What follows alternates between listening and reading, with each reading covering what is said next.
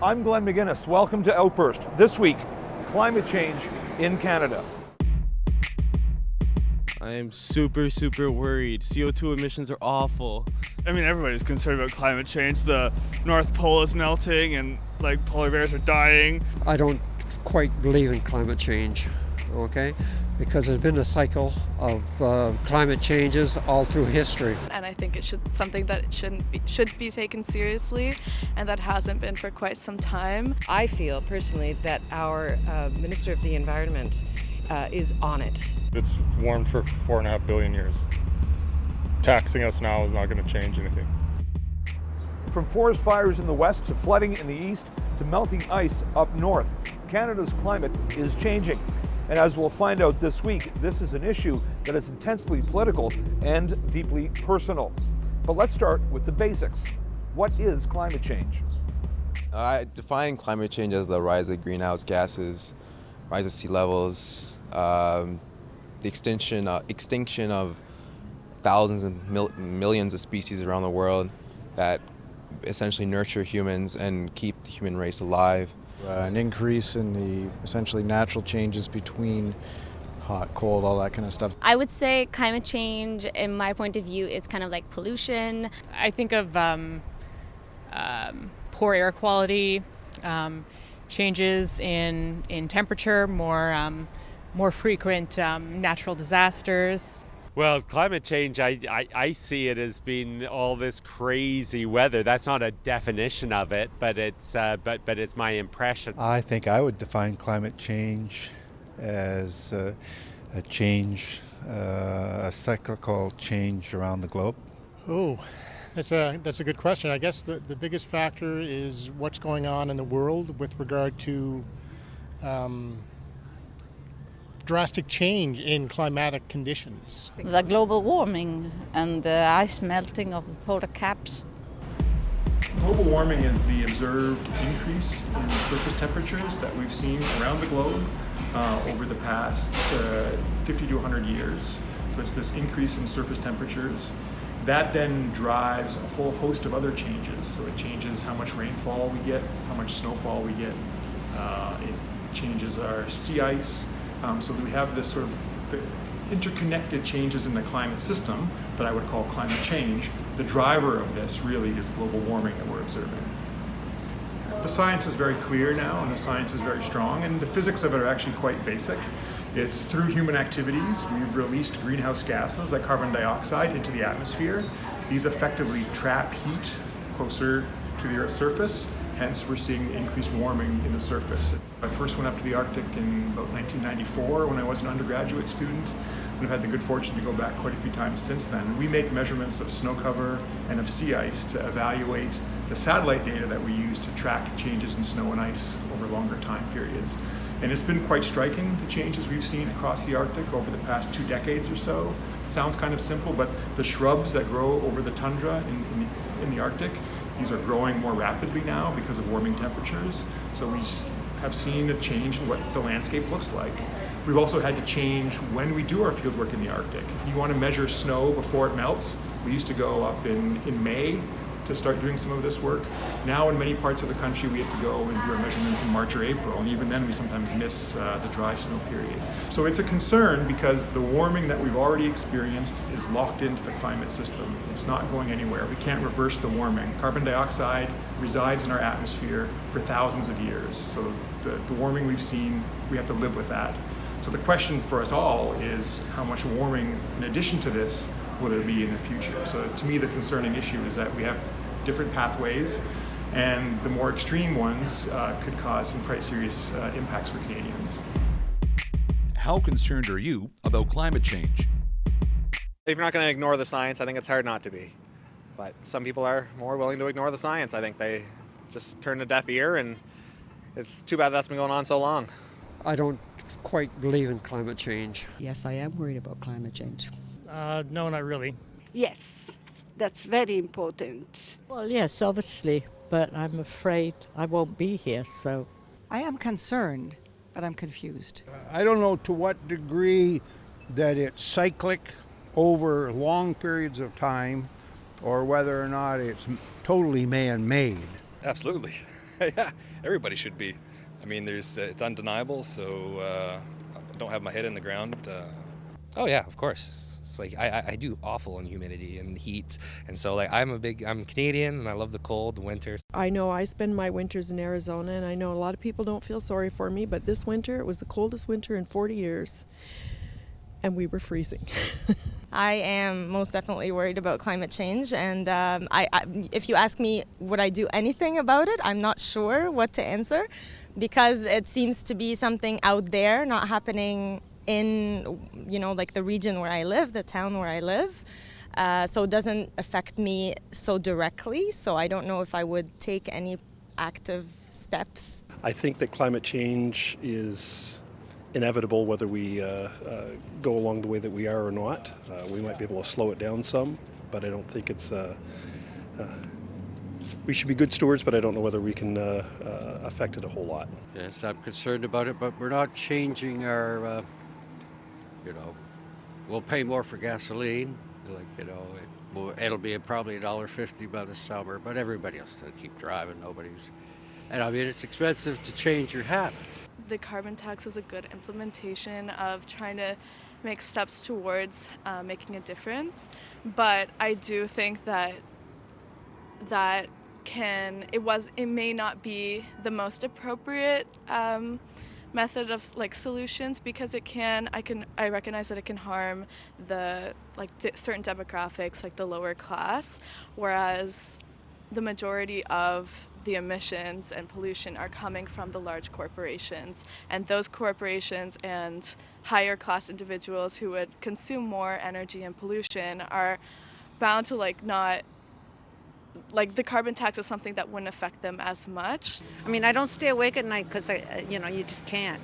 But definitely I have no doubt that's what's happening to us, and we've known that for a long time. And I mean, it's such a huge problem, and I don't think one country, one city, one province can deal with it. It's the world.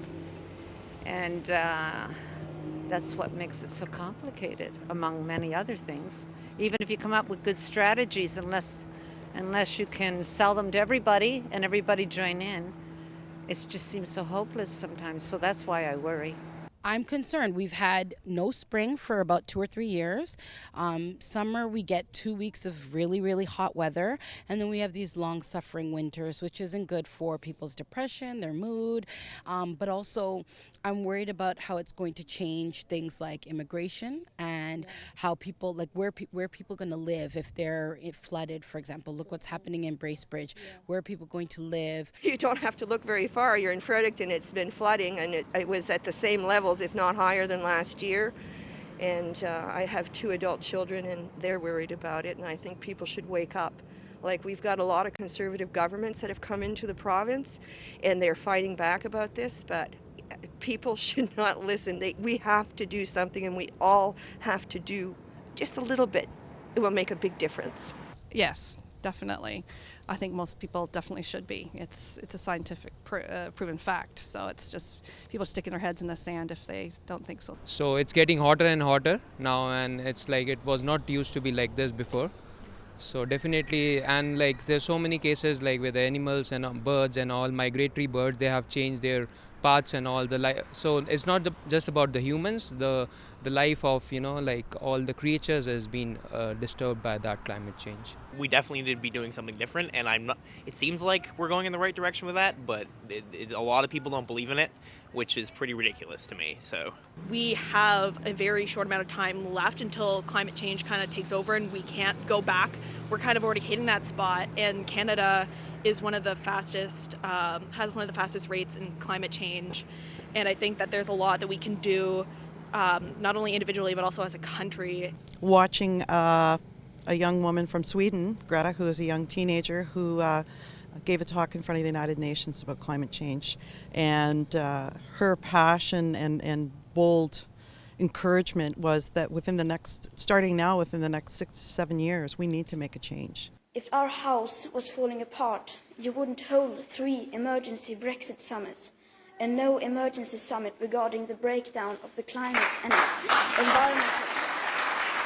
It starts with the the powers that be in each one of the countries. And it's so unfortunate, because if they can't make this a priority, as Greta was saying, we are in a crisis. They can't make this a priority, then where do we go from here? And what are we leaving for our future generations? According to Abacus data, nearly 8 million Canadians say they're extremely worried about climate change. Nearly 9 million voters say it's among their top 2 election issues. From global reports to Green Party momentum to the debate around carbon pricing, climate concerns seem to be destined for the campaign trail. So now, it's your turn. Would a party's climate policy influence your vote? Yeah, absolutely. In some ways, yes, but generally speaking, I tend to look at the whole broad band of what they're offering and what their policies are, rather than just climate change. But certainly it's becoming more of a factor, yes. For me, it will be, yes. For sure, for me. Yeah, absolutely. I think if they put a lot more focus on it, it would sway my opinion, yeah. Just because I want a planet for my children. I want the next generations to have a chance. And I think if we keep going the way we're going, they're not going to have it. For me, yes, absolutely. Definitely. Not for me. For me, it's probably multiple issues, and I'm more of a person that goes for the local candidate and what they stand for in my immediate area. I'm not as fussy about the overall big picture. If we don't save this earth, what can we do? We will disappear. We have to support special water, air. A lot of people, young children, have asthma. They cannot breathe. And I think that's the basic of our life. Clean air. Clean air and clean water. But you can survive it without, I don't know, oil. You can walk. But you have to drink and wash yourself. No poison yourself. I don't believe so. It should not be as important, but I believe the economic well-being of Canada is more important than climate change, which is, I wouldn't say it's not important, but if I were to pick in order of priority, I would pick economy as first and then climate change. What I'm looking for in the upcoming election is someone to be a statesman and step forward and look at the long-term good, not what's going to get me reelected next term. I don't know that I would decide that way, but it would be definitely an influence. Someone just has to stand up and be serious and say, we got to do this now. Absolutely. I think if one of the political parties were able to be brave enough, and that's the key thing, brave enough to stand on not just some slogans, etc., but a real well thought out strategy on climate change, on how to action items for everyday use that apply across the board, right, to everybody. Yeah, I would totally vote for that party, and I would support that. That's a meaningful election issue for me. Well, I voted for Trudeau, and he's a contradiction. He buys a pipeline, yet he promoted the environment. He says, I'm sensitive about the environment. Well, that's nonsense. Come on. You can't talk out of both sides of your mouth. I resent the fact that he took $4.5 billion of our tax dollars and bought a crappy old 50-year-old pipeline. If a party takes a stance on some climate issue, definitely people going to support that. Over and above the policies, I don't like any of the members that are running, so I don't know who I'm going to vote for. That's a policy issue that we all need to look at, because climate change doesn't know anyone. I was reading the news the last time, and they say North Pole, the biggest colony of penguins, disappeared because of the rising water as a result of the rising temperature. The polar bears in the north are disappearing, and I think that's a very, very big thing that we all need to be worried about. It's not about animals, it's about us. Definitely, I support parties that believe in climate change and that want to take real action against it. How much do they support it? What are they actually going to do? Not just words, but what are their actions? In the federal election, not yet, because I feel like nothing actually happens. For sure, and it was last election, and it will be this one too. I don't know, that's a tough one. They have to promote both. They have to promote climate change and looking after the welfare of Manitoba in general. I vote nearly entirely federally, depending on the policies on climate change of the party in question. I appreciate what the Trudeau government is doing. As I said, I don't care what the fact that it's a Liberal government. I just appreciate the fact that they're bringing a lot of common sense, and they're bringing scientists in and getting all the information and are making legislation based on those facts. I think that, yes, it would have a strong impact on my vote, and I think that that the government needs to have a strong stand on climate change because they make big decisions for our country. Absolutely. I think that politicians need to recognize that it's an important issue for everybody now, that we're realizing, I was just saying up in Huntsville where I'm from, the flood that happened this year, they said 2 years ago, it was 2013, they had a massive flood and they said it was the flood of the century. And now here we are 6 years later and there's another flood. I think it's impacting enough people's lives that it is going to play a role in how we vote, and politicians have to take responsibility for the planet and they have to know that it's an important issue for people. While many of them are still too young to vote, students brought their climate concerns and some even brought their parents to a nationwide strike on Parliament Hill on May 3rd. Here's what some of them had to say. Show me what democracy looks like! This is what democracy looks like! Show me what democracy looks like! This is what democracy looks like! Whose future? Our future! Whose future? Our future! Whose future? Our future! News stories I hear on the radio consist almost entirely of climate-induced natural disasters, increased pollution, food and water shortages, and it is complemented by the unwillingness of the global population to work together to make a change. And I embrace her tears. So today we're doing a Fridays for Future protest for climate change and for the future of younger generations. What is your message? My message is just to vote with your dollar. I'm old enough here that I can vote with my dollar, and just to try and reduce all of our waste, whether that's carbon or solid. Save our land, save our seas, there is no planet B. So tell me why you're here today. Tell me why this is important to you. Because it's my future and it's the future of everyone in the world, and we need to have a future. So if we're not showing people what we need, then nothing will change and we won't have a future. Well, I think it's great. I'm a little surprised that there are so many older people here. But as I said, the really important thing to me is what these students are up to. I think there's a sea change going on amongst the teenagers, and I think that it's maybe, hopefully, one of the most important things that happened in the last 50 years in Canada. It's that important, potentially, in my opinion. Whose future? Our future! Thank you all so much!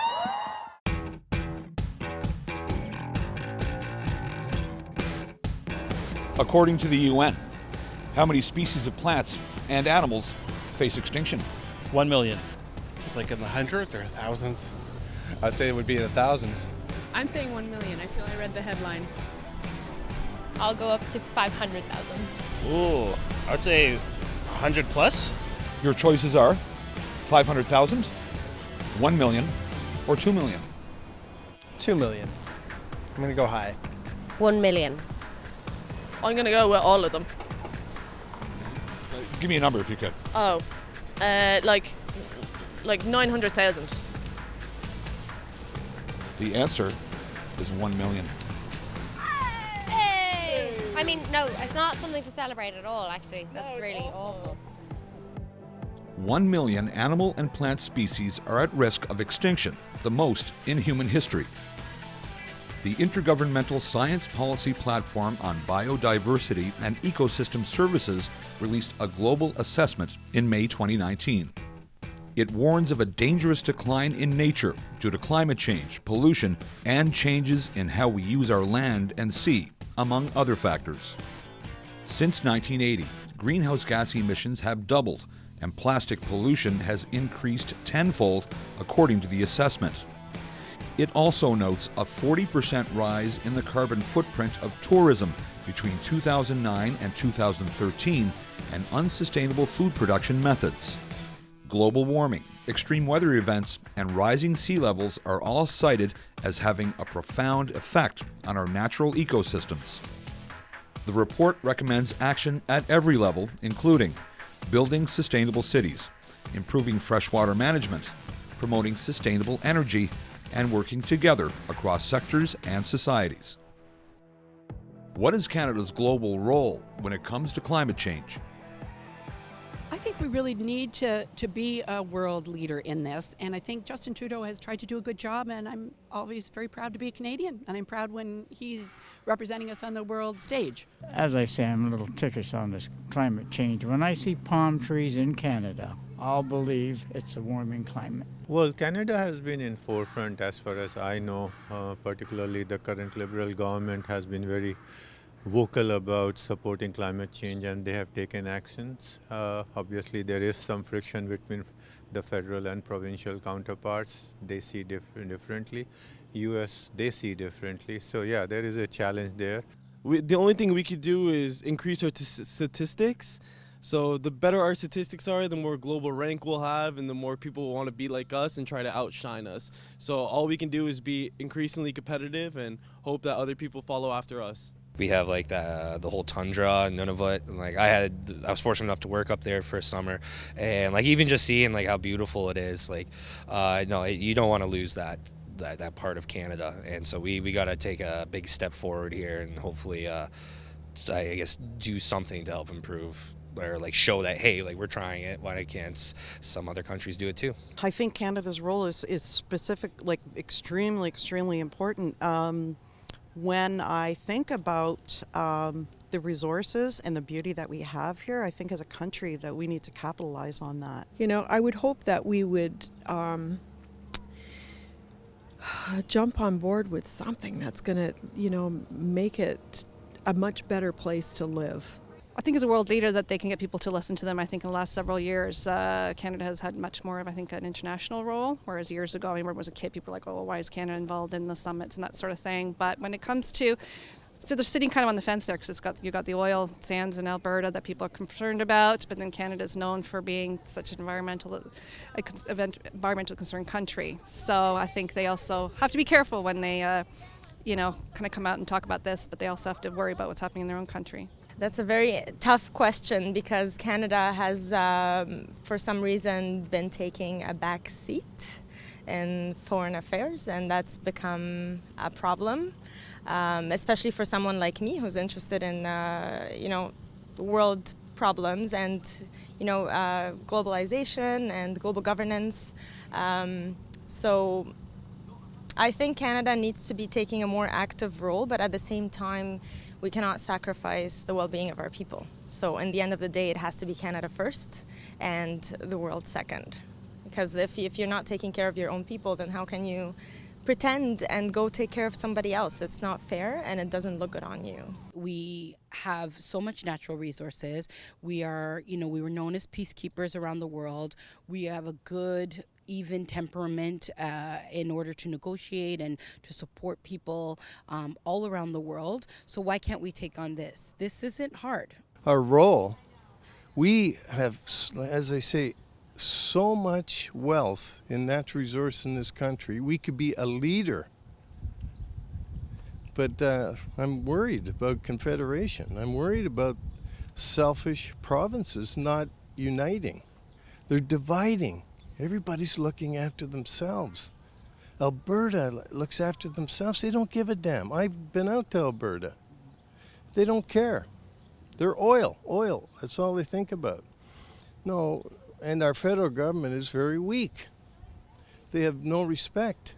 But I think that there's also definitely a movement that's happening where people are like, we have to do this as the people.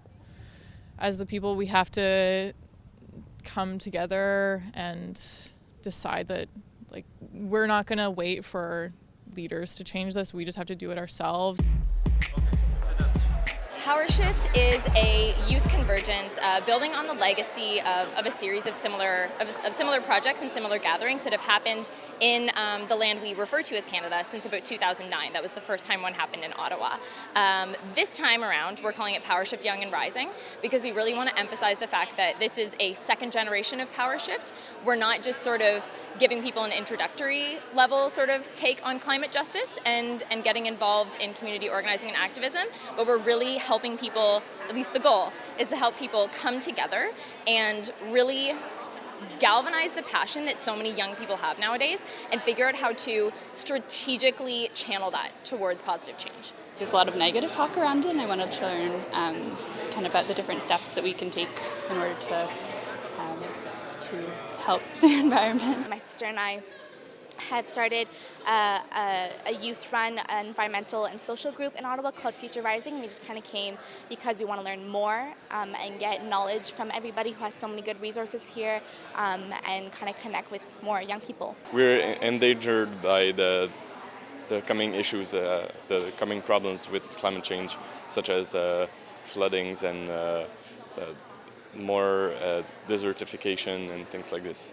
There's already so many young people, not just in this country, but across the world, who are so amped and so ready for change and really are ready to take to the streets to work for that. So what we're hoping to see is just, our goal was to equip young people with the skills they need in order to effectively organize and effectively mobilize their communities. I come from the Amjanang First Nation reservation in Sarnia, Ontario, which is surrounded by Chemical Valley, which is a bunch of refineries, petrochemical industries that have been there for over 100 years.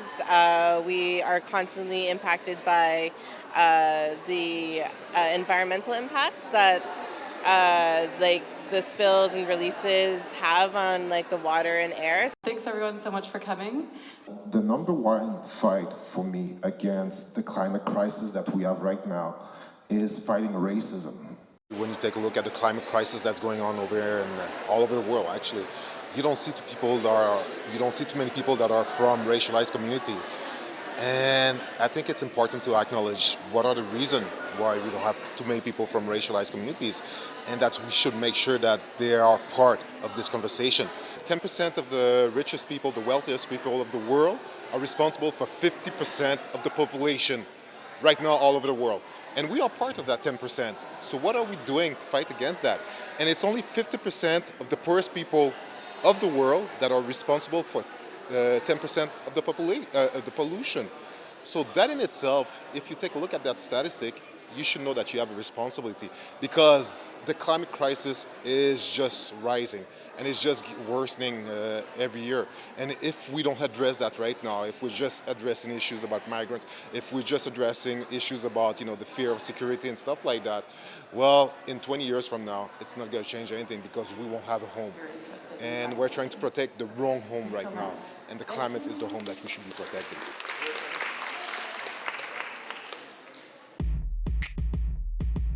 That's all for this episode of Outburst on the Cable Public Affairs channel. I'm Glenn McGuinness. If you have any comments or question ideas for the show, you can find us on social media.